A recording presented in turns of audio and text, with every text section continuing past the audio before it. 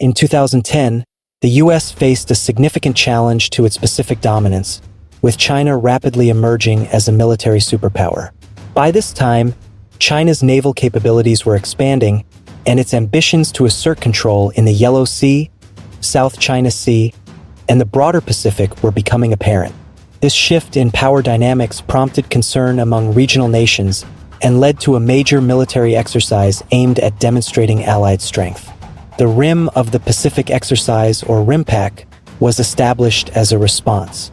This biennial event, which began in 1971 and became a regular occurrence in 1988, is the world's largest maritime warfare exercise. The 2010 iteration, which kicked off on June 23rd, was particularly notable. For the first time in decades, the exercise was not just a routine drill but a strategic demonstration of collective military might.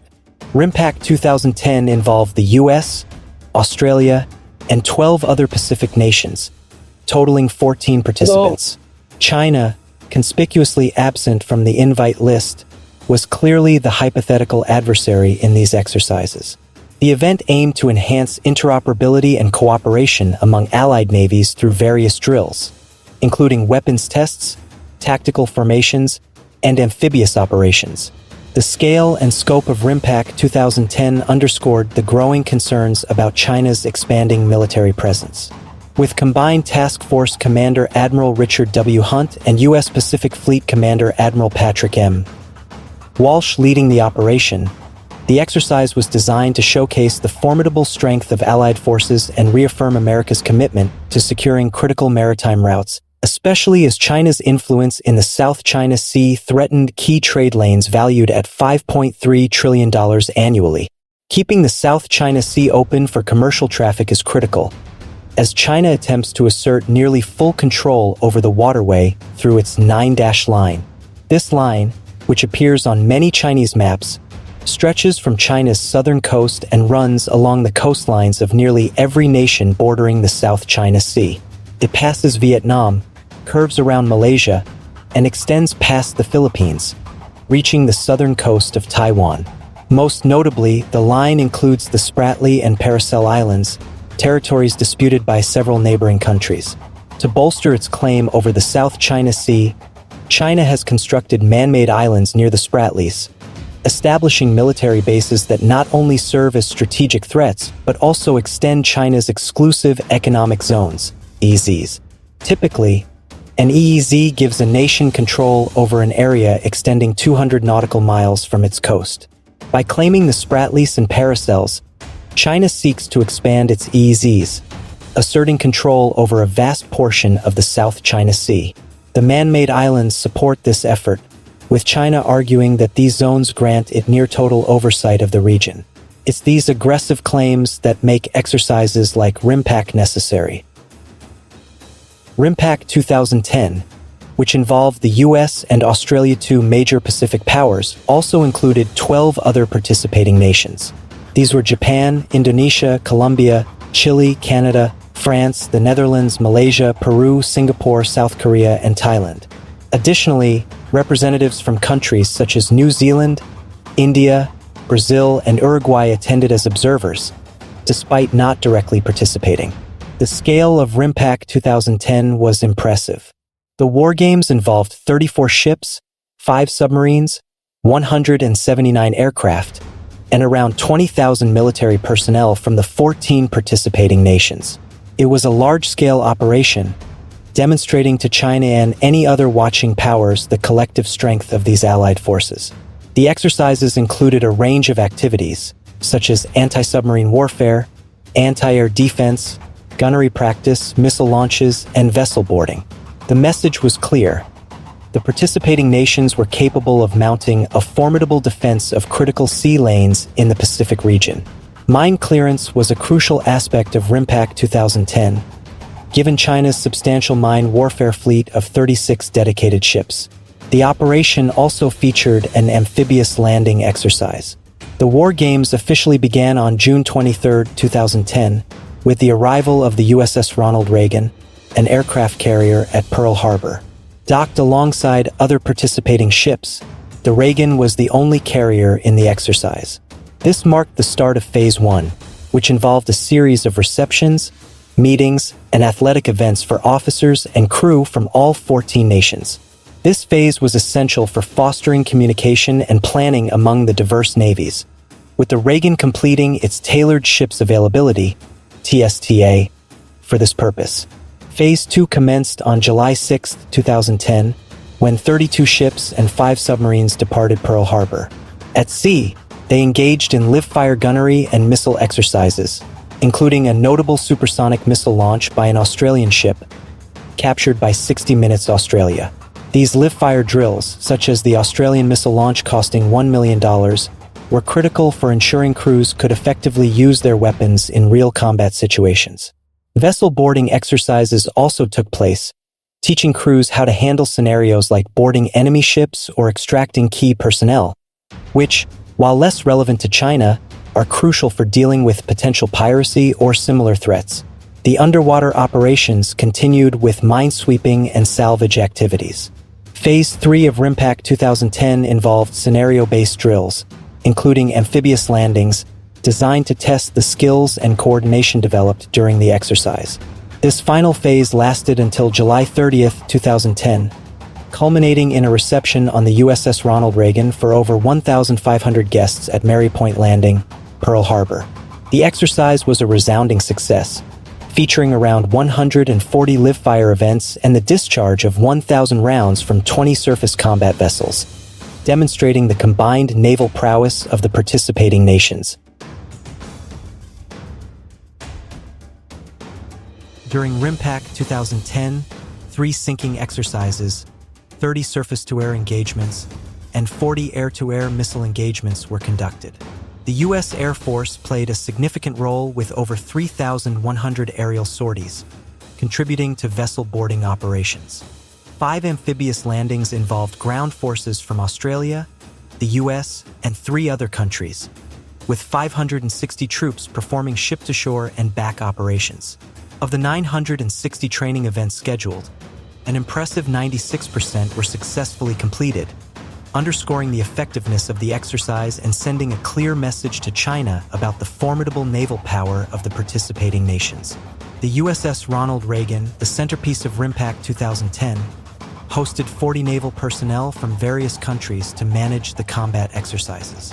The carrier performed a live rolling airframe missile, RAM launch, the first since 2007. The RAM Block 1 and Block 2 missiles, though compact, are powerful, with supersonic speeds and explosive warheads designed to intercept anti-ship missiles. The USS Ronald Reagan, a nuclear-powered aircraft carrier, is 1,092 feet long, displacing 98,235 tons. It can house 200 officers and 6,075 personnel, and carry up to 85 aircraft, equipped with a range of advanced weapons systems, including RAMs, CIWS, and evolved Sea Sparrow missiles. The USS Ronald Reagan, equipped with an SLQ-25A Nixie torpedo countermeasure system, is a massive ship far surpassing any Chinese aircraft carrier. For context, China's active carriers, the Liaoning and Shandong, can accommodate up to 36 and 44 fixed-wing aircraft and helicopters, respectively. However, the USS Ronald Reagan wasn't the only American ship in RIMPAC 2010. Among the participants was the USS Freedom, a Freedom-class littoral combat ship. At 378 feet long, the USS Freedom is significantly smaller than the Reagan but still impressive. It can carry 2 Sikorsky MH-60R/S Seahawk helicopters and 1 Northrop Grumman MQ-8 Fire Scout UAV, thanks to foldable helicopter tails that fit in its hangars. The USS Freedom displaces 2,862 tons and uses water jets for propulsion, allowing it to operate in shallow waters without getting stuck in sand or sediment. It can reach speeds of 18 knots and has a range of 3,500 nautical miles. Crewed by 40 personnel and with a total capacity of 110, it is well equipped for a range of missions. Armament includes a forward-mounted BAE Systems Mk110 57mm deck gun, capable of firing 220 rounds per minute up to 9 miles. The ship also features 4 Browning .50 caliber machine guns, 2 Mk-44 Bushmaster 230mm guns, 21 RIM 116 Ram missiles for short-range defense, and space for up to 45 non-line-of-sight NLOS missiles, though these were removed for the joint operations. The USS Bonhomme Richard, another key participant, was decommissioned in 2023 and its parts repurposed. The USS Bonhomme Richard was a formidable multipurpose amphibious assault ship that served the U.S. Navy from its commissioning in May 1998 until its decommissioning in 2023. At 847 feet long, with 778 feet above the waterline, it had a full displacement of 41,684 tons. Although it was somewhat less robust than the USS Ronald Reagan due to its aluminum superstructure, the Bonhomme Richard was still a massive and powerful vessel. It could accommodate 102 officers and 1,102 enlisted naval personnel, and it had a top speed of 23 knots, enabling rapid amphibious assaults. Armed with 2 Ram launchers, it could effectively defend against incoming cruise missiles, much like the USS Ronald Reagan. The ship was also equipped with 2 Mk 15 20mm phalanx CIWS systems, capable of firing between 3,000 and 4,500 rounds per minute to neutralize close-range threats. Additionally, it had NATO Sea Sparrow launchers, which fired surface-to-air missiles at speeds exceeding Mach 4, making it highly effective against aerial threats. The decommissioning of the USS Bonhomme Richard is a testament to the strength and adaptability of the U.S. Navy. Its removal from service signifies the Navy's ongoing commitment to advancing its fleet, ensuring that even as ships like the Bonhomme Richard are retired, they are replaced with vessels of even greater capability. In RIMPAC 2010, the USS Bonhomme Richard demonstrated its significant power, but it's essential to note that it was just one of many impressive ships participating. For instance, the RSS Supreme from Singapore was a formidable class frigate known for its speed and endurance. Displacing 3,200 tons and measuring over 376 feet in length, it could reach speeds of 27 knots and travel 4,200 nautical miles. Armed with 8 Harpoon ship-to-ship missiles, anti-air defenses including a 32-cell launcher for Aster missiles, and Eurotorp A244/S torpedoes, the RSS Supreme was a versatile and formidable vessel. Another notable participant was the HMAS Newcastle from Australia, a guided missile frigate based on the U.S. Navy's Oliver Hazard Perry design. Although it has been decommissioned, it was an agile and powerful ship with a top speed of 29 knots, capable of carrying various missiles and torpedoes. RIMPAC 2010 showcased the impressive capabilities of the participating nation's naval forces. This demonstration of combined maritime power was particularly alarming for China, highlighting not just the advanced technology and firepower of the U.S. and its allies, but also their ability to coordinate effectively. The large-scale exercise, coupled with the high success rate of the training events, underscored the significant naval superiority of the participating countries. As we look to RIMPAC 2024, China's exclusion from the exercise further emphasizes the growing concerns among Pacific nations about China's ambitions. The absence of China from such a significant naval exercise indicates a broader geopolitical shift and underscores the ongoing strategic rivalry in the Pacific.